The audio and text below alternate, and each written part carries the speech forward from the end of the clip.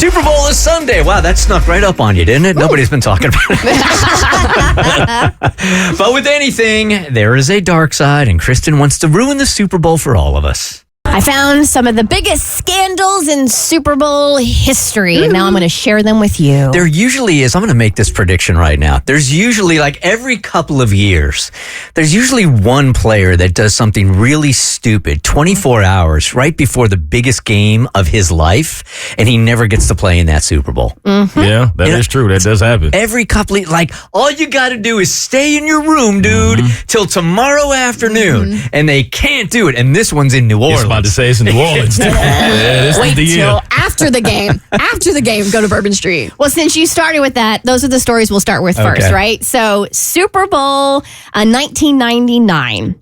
The night before Super Bowl in 1999, Atlanta Falcons safety Eugene Robinson was arrested for soliciting a prostitute just hours after receiving the Bart Star Award for leadership and character. He wanted to celebrate. Trying to celebrate. Yeah, let the man live. We all celebrate differently. Yeah. The Falcons went on to lose badly to the Denver Broncos that year.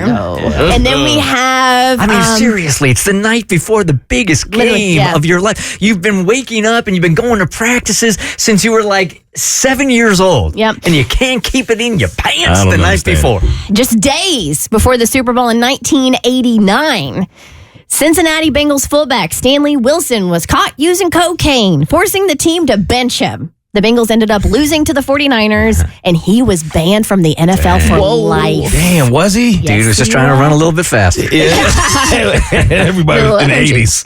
Yeah, right. It's the 80s. It was 89 for sure. I think the lines on the field were made of cocaine in the 80s. And then this was obviously a very infamous one. Baltimore Ravens linebacker Ray Lewis was involved in a murder investigation after a nightclub fight in Atlanta. Following the 2000 Super Bowl. Though the murder charges were dropped, he pled guilty to obstruction of justice. The scandal followed him for years, including when he won the Super Bowl the following year. He also murdered Buckhead that year because Buckhead completely changed after that in Atlanta. It says it's never been the same, right? Yeah. Then we have the Blackout Bowl. Oh. So in 2013, during the second half of the game between the Ravens and the 49ers, there was a 34-minute power outage that halted play. Now, this was shortly after Beyonce's high-energy performance. This was at the Superdome. Again, the power goes out for 34 minutes. Many fans jokingly blamed Beyonce's intense set, which including a Destiny's Child reunion, for overloading the grid. But then there were others who had a conspiracy theory that this was an intentional ploy to give the 49ers, who were losing, a chance to recover. I mean, football is a game of momentum, so that was a pretty big deal when it happened. Do I remember this correctly, that there was a Super Bowl in Atlanta where the electricity went out also? Do I have that wrong? There might have been. I don't remember that. I don't have that, though. We do have the streaker who bet on himself in Super Bowl 2021 in Tampa, Florida.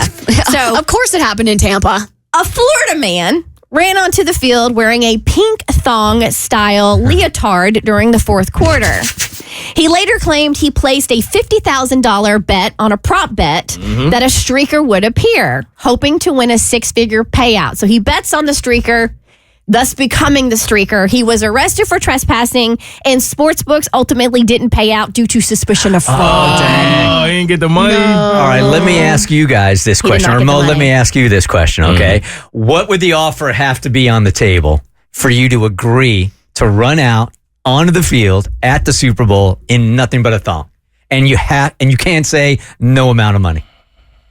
I'd do it for $20 million. $20 million? Yeah. I'd do it for $20 million. You wouldn't do it for 10? Y'all wouldn't do it?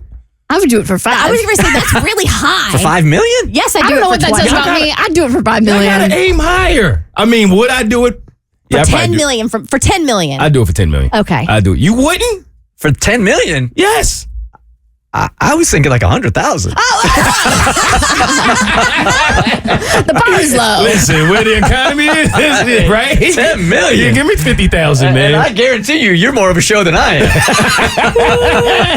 All right, we're going to go ahead and end on this one, but I have so many more that I'm going to save for later in the week because Okay. these were plentiful. So there was the guy who got stuck in the bathroom at the Super Bowl in Tampa in 2009. So a fan became so drunk during the Super Bowl between the Steelers and the Cardinals that he accidentally locked himself in a stadium bathroom. He spent several hours in the bathroom after the game, unable to get out, and had to be rescued by stadium security. Apparently, he spent the entire game drinking heavily, missed the final moments of the game while he was trapped inside. Dang. After paying for all that money to be at the Super Yes. Bowl. That is rock bottom. I mean, it's right before the game. 24 hours. The Bert Show.